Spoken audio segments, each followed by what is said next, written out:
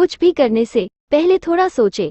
एक युवक ने शादी के कुछ साल बाद पिता से कहा कि वो विदेश जाकर व्यापार करना चाहता है।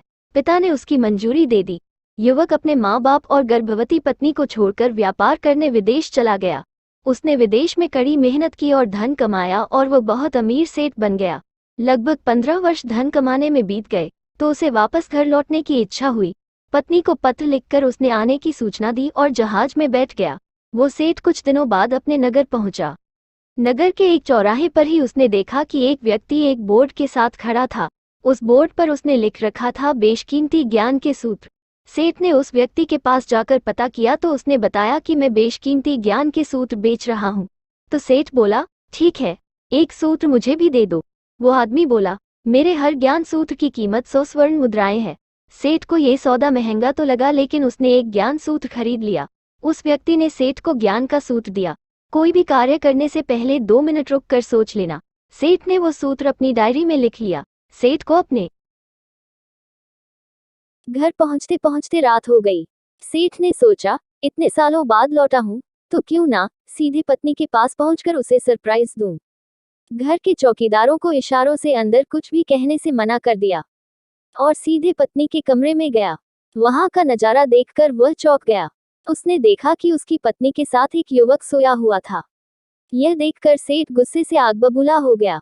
वह सोचने लगा कि मैं परदेश में उसकी चिंता करता रहा और यह यहाँ अन्य पुरुष के साथ सो रही हैं। आज मैं इन दोनों को जिंदा नहीं छोड़ूंगा। वह गुस्से से अपनी तलवार निकालकर दोनों पर वार करने ही जा रहा था। इतने में उसे 100 स्वर्ण मुद्राओं के बदले जो ज्ञान सूत्र खरीदा था, उसकी याद गई कि कुछ भी कार्य करने से पहले 2 मिनट सोच ले। बर्तन के गिरने की आवाज से पत्नी की नींद खुल गई।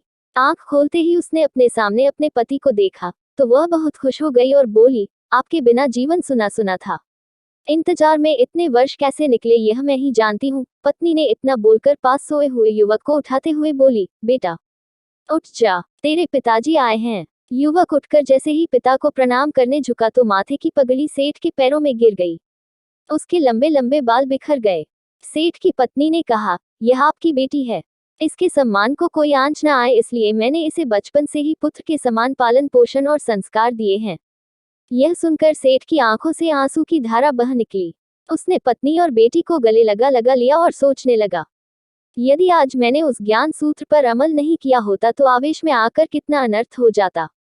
मेरे हाथों से मेरा ही निर्दोष परिवार खत्म हो जाता। दोस्तों, इस कहानी से यही शिक्षा मिलती है कि जल्दबाजी में आकर कोई निर्णय न लेवे, क्योंकि जब हम आवेश में होते हैं तो हमें अच्छे बुरे का ख्याल नहीं रहता है। इसलिए गुस्सा होने की स्थिति में कोई भी निर्णय ना ले। कुछ देर रुके और दिमाग ठंडा होने दें और फिर सोचे कि क्या सही है, क्या गलत है।